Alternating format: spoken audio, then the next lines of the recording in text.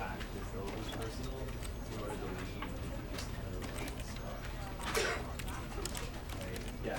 So let's just say this. So let's just say it was yeah.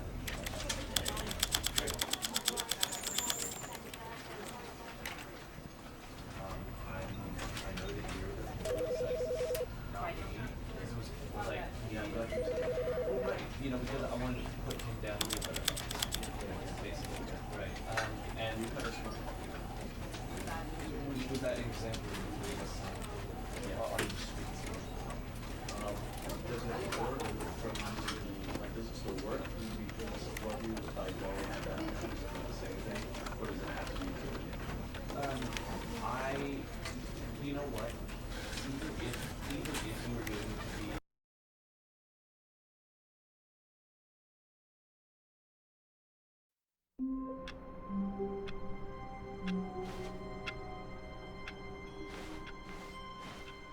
All of his co-workers were gone. What could it mean? Stanley decided to go to the meeting room. Perhaps he had simply missed a memo. No matter how hard Stanley looked, he couldn't find a trace of his co-workers.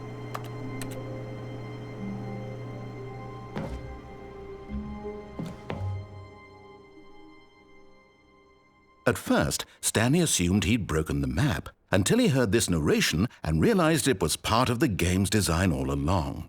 He then praised the game for its insightful and witty commentary into the nature of video game structure and its examination of structural narrative tropes. So, now that you're here, what do you think? Isn't this a fun and unique place to be? Why don't we take a minute just to drink it all in? Okay, I'm over it now. What do you think? Are you sick of this gag yet?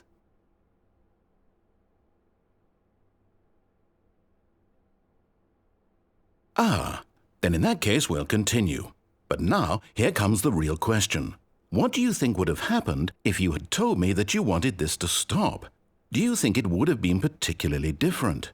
Would I have taken the same idea but rephrased it superficially to fit that answer? Perhaps you never would even have thought of it if I hadn't brought up the issue in the first place. Oh, now think about it. Will it be worth it for you to restart and then come back here just to do the other option? Clearly, this whole gag takes some time. What if the other option is even longer? How long will you spend in total just to have heard all the narration? Oh, and this is rich. Perhaps you've just played the other option, and now you've come to see what happens in this one. So, what do you think? Which choice was the better one? Imagine if you had selected Continue on your first playthrough, how tantalizing it would be not knowing what happens when you pick the other option. Indeed, you are one of the lucky ones. Though if the other option is really miserable to listen to, then perhaps you're not. In fact, I'm just going to say that no one who's listening to this is lucky. Well now, I've built up the other option so much that I'm going to stop talking and leave you to your decision whether to come back here, continue with the game, or just sit in this spot forever and ever. Cheers.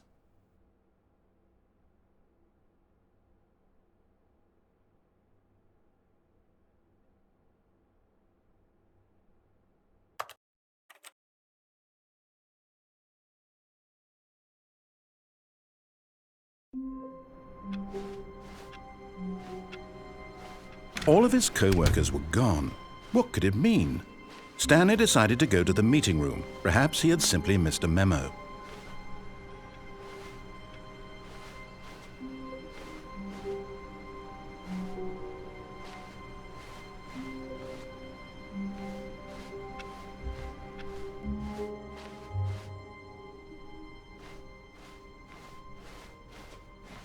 When Stanley came to a set of 2 open doors, he entered the door on his left.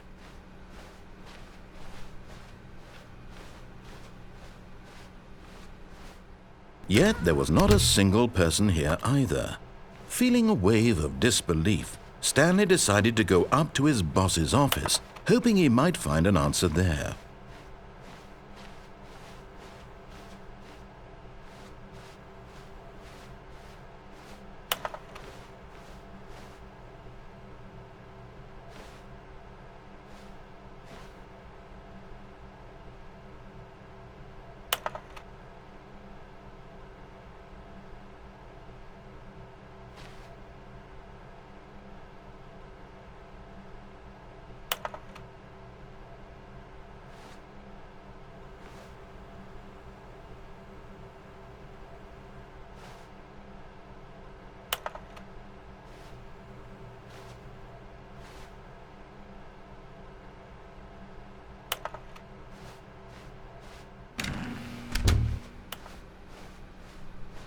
coming to a staircase, Stanley walked upstairs to his boss's office.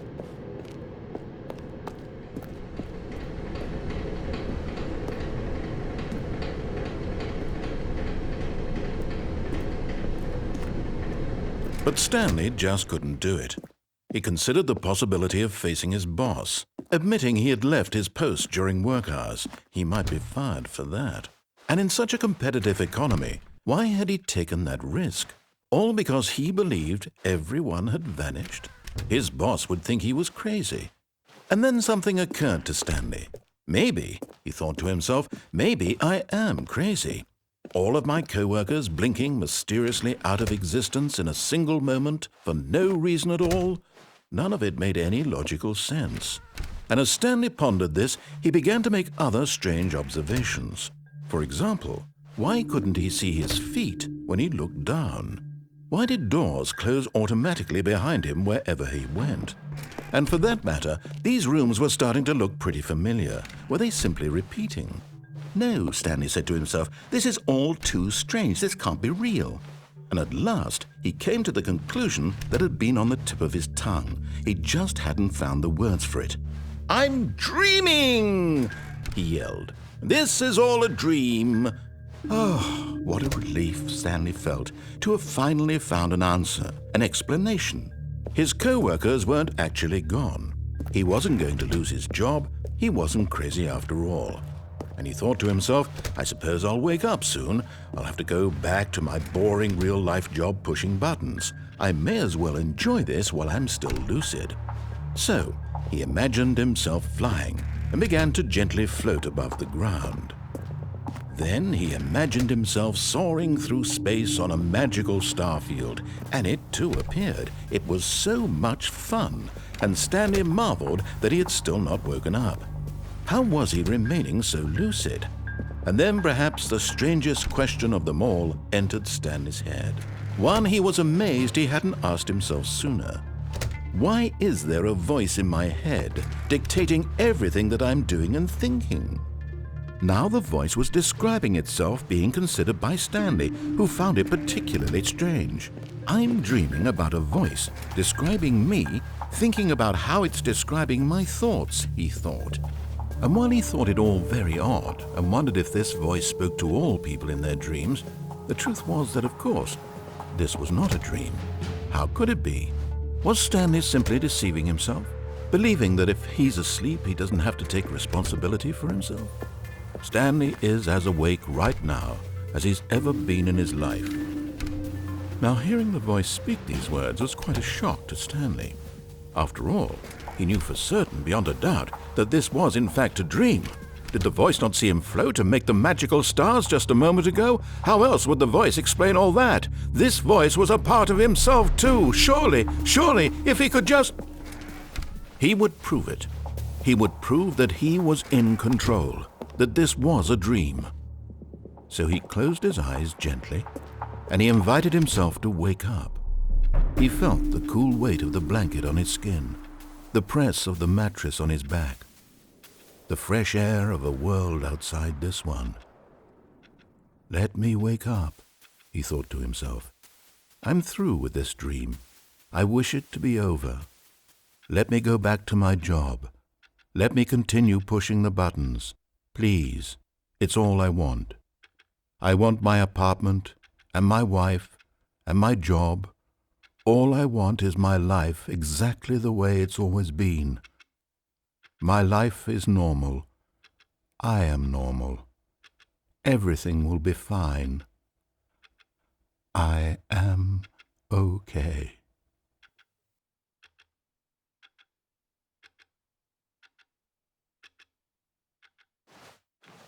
Stanley began screaming. Please, someone, wake me up. My name is Stanley.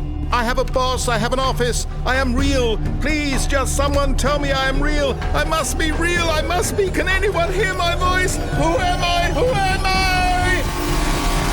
And everything went black.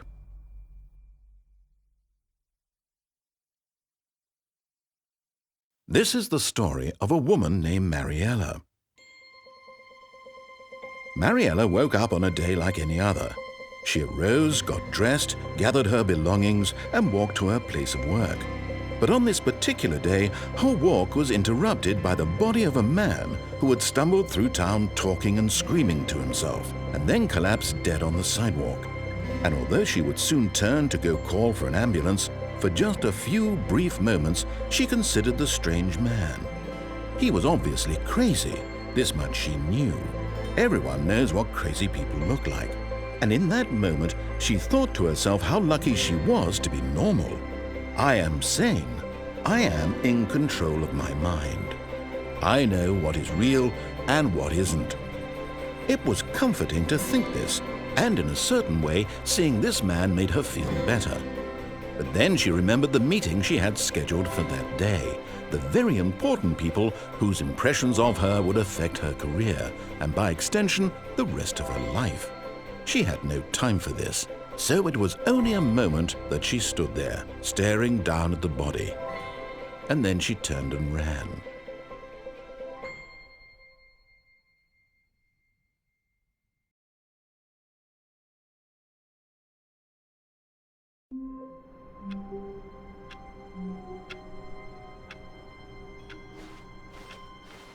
All of his co-workers were gone. What could it mean? Stanley decided to go to the meeting room. Perhaps he had simply missed a memo.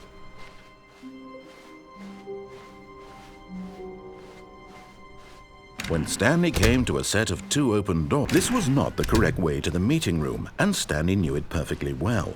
Perhaps he wanted to stop by the employee lounge first, just to admire it. Ah, yes, truly a room worth admiring. It had really been worth it, but eager to get back to business, Stanley took the first open door on his left. Stanley was so bad at following directions, it's incredible he wasn't fired years ago.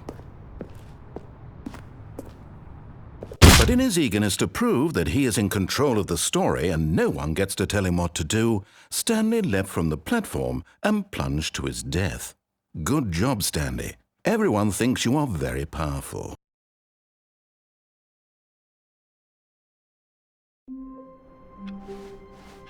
All of his co-workers were gone. What could it mean? Stanley decided to go to the meeting room. Perhaps he had simply missed a memo.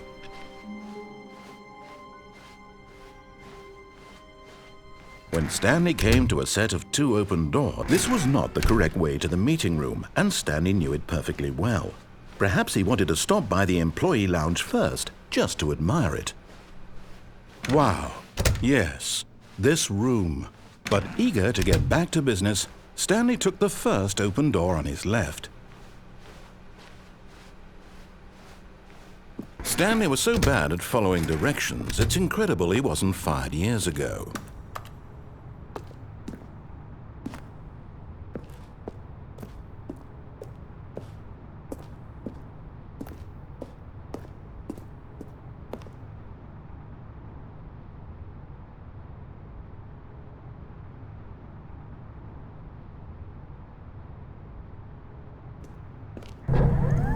Look, Stanley, I think perhaps we've gotten off on the wrong foot here.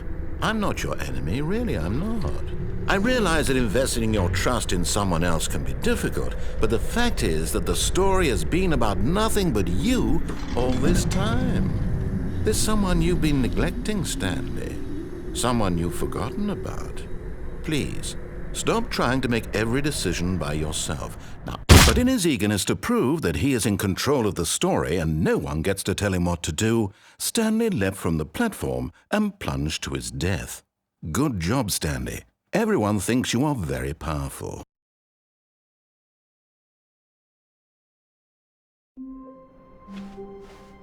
All of his co-workers were gone. What could it mean? Stanley decided to go to the meeting room. Perhaps he had simply missed a memo.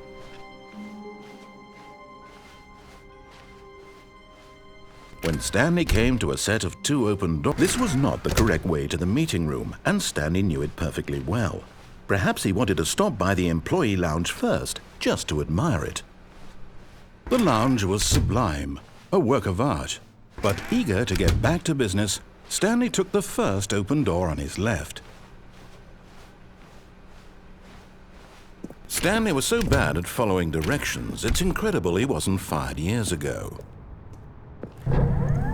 Look, Stanley, I think perhaps we've gotten off on the wrong foot here. I'm not your enemy, really, I'm not. I realize that investing your trust in someone else can be difficult, but the fact is that the story has been about nothing but you all this time. There's someone you've been neglecting, Stanley. What? Really? I was in the middle of something. Do you have zero consideration for others? Are you that convinced that I want something bad to happen to you? Why, I don't know how to convince you of this, but I really do want to help you, to show you something beautiful. Look, let me prove it. Let me prove that I'm on your side. Give me a chance. Now listen carefully, this is important. Stanley walked through the red door. Aha, perhaps you misunderstood. Stanley walked through the red door. I still don't think we're communicating properly. Stanley walked through... All right, fine, go ahead, Stanley. You want to know so badly what's out there? You want to find out what lies at the end of this road you've chosen? Well, don't let me stop you. You see? There's nothing here. I haven't even finished building this section of the map because you were never supposed to be here in the first place. Broken rooms, exposed developer textures. Is this what you had wanted? Was it worth ruining the entire story I had written out specifically for you? Do you not think I put a lot of time into that? Because I did. And in the end, it was all for nothing. Because this is what you wanted to see. Help me here, Stanley. Help elucidate these strange and unknowable desires of yours. What would have made this game better? What did you want to see? Vehicles? Skill trees? Work with me. You've given me absolutely nothing so far. Tell you what. Let me take a stab in the dark at a new design, and you can give me some feedback. There we go. A third option. This already feels leaps ahead of where we were before. Go ahead, Stanley. Take it for a spin.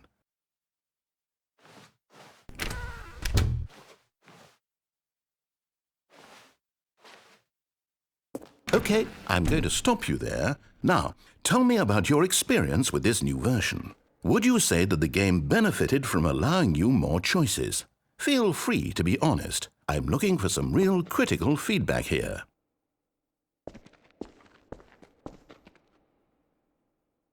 A 1? I mean, I can understand if you had reservations, you saw ways the game could be improved to more fully express itself mechanically and artistically, but a 1? That's not even helpful. What am I supposed to do with that? But I guess it isn't my place to judge. Here, based on the data from your previous playthrough, I've compiled a new version. And to be perfectly candid, I think I've knocked it out of the park with this one. Let's take a look.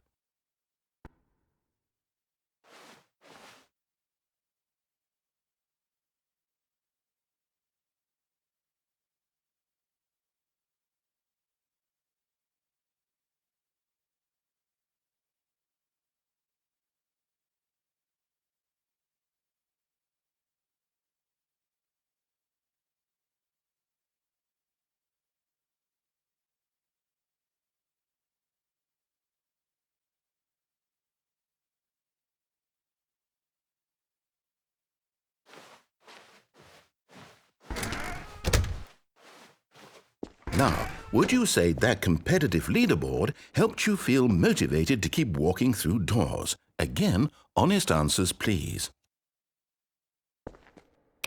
Hey, I nearly forgot. I've got a prototype of a new game I've been working on, and now would be a lovely opportunity to give it some play testing. You wouldn't mind taking a look at it, would you? Perfect. Let me boot it up. In this game, the baby crawls left towards danger. You click the button to move him back to the right, and if he reaches the fire, you fail. It's a very meaningful game, all about the desperation and tedium of endlessly confronting the demands of family life. I think the art world will really take notice. But of course, the message of the game only becomes clear once you've been playing it for about 4 hours. So why don't you give it 4 hours of play to make sure it's effective? Be sure to keep notes on your experience.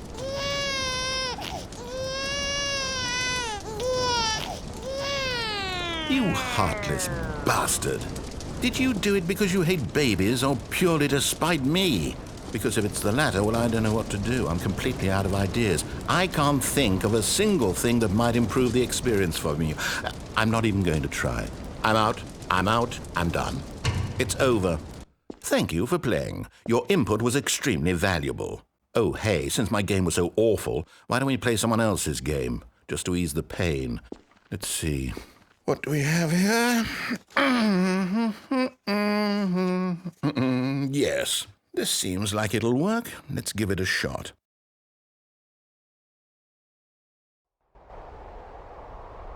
Aha! Fascinating. What do you think this game is about, Stanley? What's our backstory? What is our motivation? Well, it seems obvious to me that you are meant to play as a creepy man spying on innocent civilians below you from up high in your creep tower, perhaps for some sort of twisted erotic purpose. Yes, that must be it. What a fascinating venture into the experience of total mental depravity. So far, I love everything about this game, Stanley, and it seems there's even more. Come, let's venture outward and see what else is out there.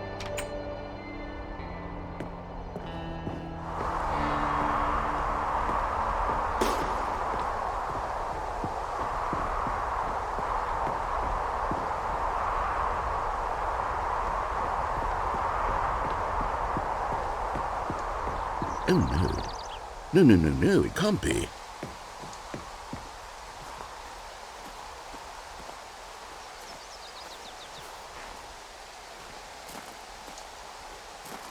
It is. It's an open world game. Good God, quickly, block it off. Oh, thank goodness, Stanley. What a close call. You nearly wandered off into that thing, that big, open, just wandering around, no right or wrong directions, no path to follow. You can just go in any... Oh, thank heavens we avoided it. We're out of the woods now, Stanley. Okay, I'm going to get us out of here. Let's find another game. Preferably something with walls. Something with nice, big, insurmountable walls.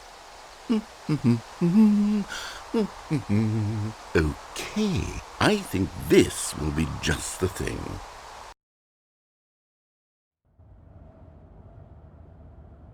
Wonderful. See, this is exactly what I had in mind. Just a nice big box for you to run around in. There isn't any possibility that you could get lost here. Now this is game design. Stanley, if you manage to get lost in this game, I will be phenomenally impressed. Okay, so what exactly do we do here? Let's see. There are lots of cars here in the back, but obviously there's no racetrack.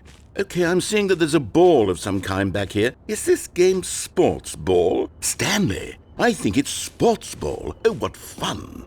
We shall run the bases and do a touchdown together? Yes, I think surely we must. Okay, Stanley, here's the ball. Have fun.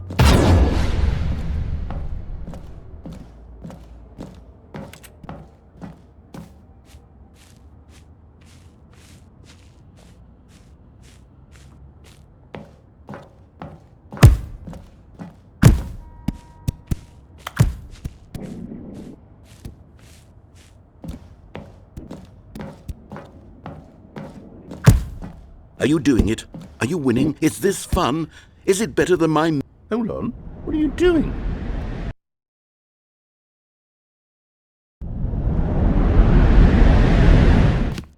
Stanley, don't do that. I can't follow you there. I can't help you. How will you write a story without me? You can't do it. You know that. Stanley, come back.